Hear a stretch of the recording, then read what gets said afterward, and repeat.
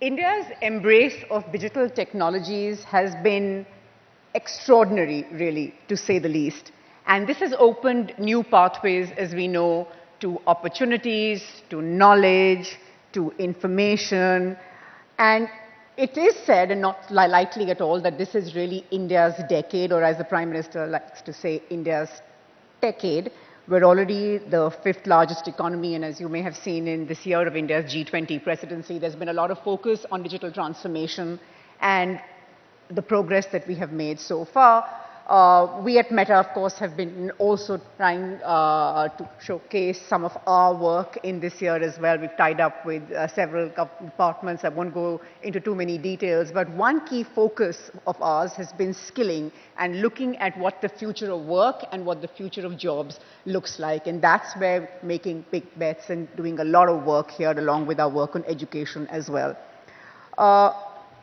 Now, AI has been a critical part of how we have approached our work at Meta for over a decade. AI, in fact, has powered, if you are all familiar with the Facebook newsfeed, AI powers that newsfeed, is what keeps that newsfeed going. And you've also heard with AI, we're also talking about the metaverse, which is really the next evolution of the internet as we see it. And it's the sense of presence, really, that sets the metaverse apart, right? It spans a range of technologies, including virtual reality, which are headsets that can transport you to entirely new environments, augmented reality glasses, and of course, mixed reality as well. These are experiences that blend physical and virtual environments. As we just heard the professor say, and I could agree more, for most of us, in fact, I want to take forward by saying, I think for all of us, learning is very social, right? We learn in social environments. We learn from not just our experiences, from other experiences. It's all about interaction and discussions as much as it is about books and papers and lessons and what have you. And academic studies have actually found that VR can positively improve knowledge retention, comprehension, student engagement, motivation, and even attention span. And I think that that's something that, at least for me, I understand intuitively. It is so much easier to remember doing something than being told how to do it, perhaps. And that's what makes the possibilities for learning in the metaverse just so exciting. Instead of telling students, and this is one of my favorite examples, having seen a small video, which I wish I had got here to play, but students who were told, instead of being told what the dinosaurs were like, they were put in an environment where it felt like they were walking alongside them.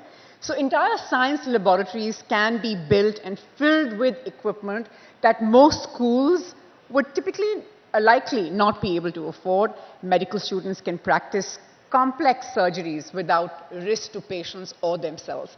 This is the kind of work that we are doing at Meta. Most recently, we signed a memorandum of understanding with an arm of the Ministry of Electronics and IT, which is India AI. And the idea of this is to establish a framework of cooperation on AI. A few weeks ago, and I wonder how many of you noticed this, but we also released our second large language model called Llama 2, which is available for commercial use in partnership with Microsoft. Again, the idea being that India's students, teachers, small businesses, entrepreneurs, researchers, and academics can use this financial model to build on it and, again, to unlock a whole host of new opportunities and really release India's potential. We have now released over 1,000 models and AI databases and research data sets on non-commercial licenses for researchers.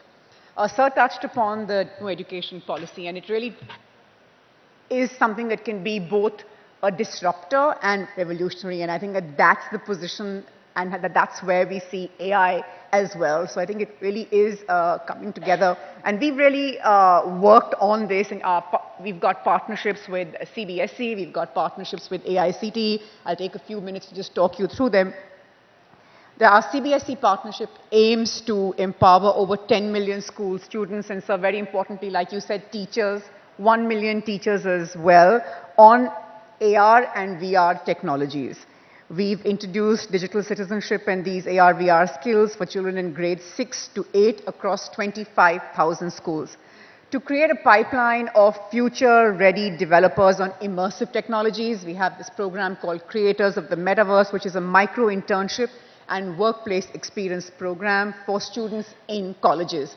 This will target over 100,000 students and 20,000 educators to become MetaSpark developers. Our CBSE curriculum, if I could just go back to that for a minute, because there's some interesting data that I've managed to get, which is 400,000 teachers and 1.8 million plus students, almost 2 million students have been introduced to cyber safety, cyber security, augmented reality, virtual reality, and the metaverse through the curricula. There is an opportunity to make sure nobody gets left behind in all of this, and there is access and opportunity should be available to all, which is why we have very consciously gone out and tried to democratize and make this technology inclusive as well. Over 200 Eklavya model residential schools, which are under the Ministry of Tribal Affairs, are also those who are receiving digital citizenship and AR/VR training.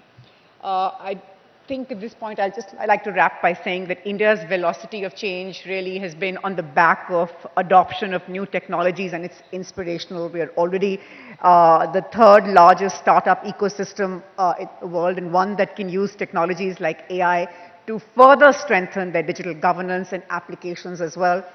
When we release our large language models, we've seen a huge appetite in the country. Teachers, students, again, academics, businesses, researchers, etc., wanting to use these foundational models to build, learn, and of course, all of this also helps to create a stronger system, to create innovation and a thriving ecosystem, really, which is great for everyone to operate in. So that's, I'll wrap my speech, but for the moment, but thank you so much for listening, and thank you again for allowing us the opportunity to be here. Thank you.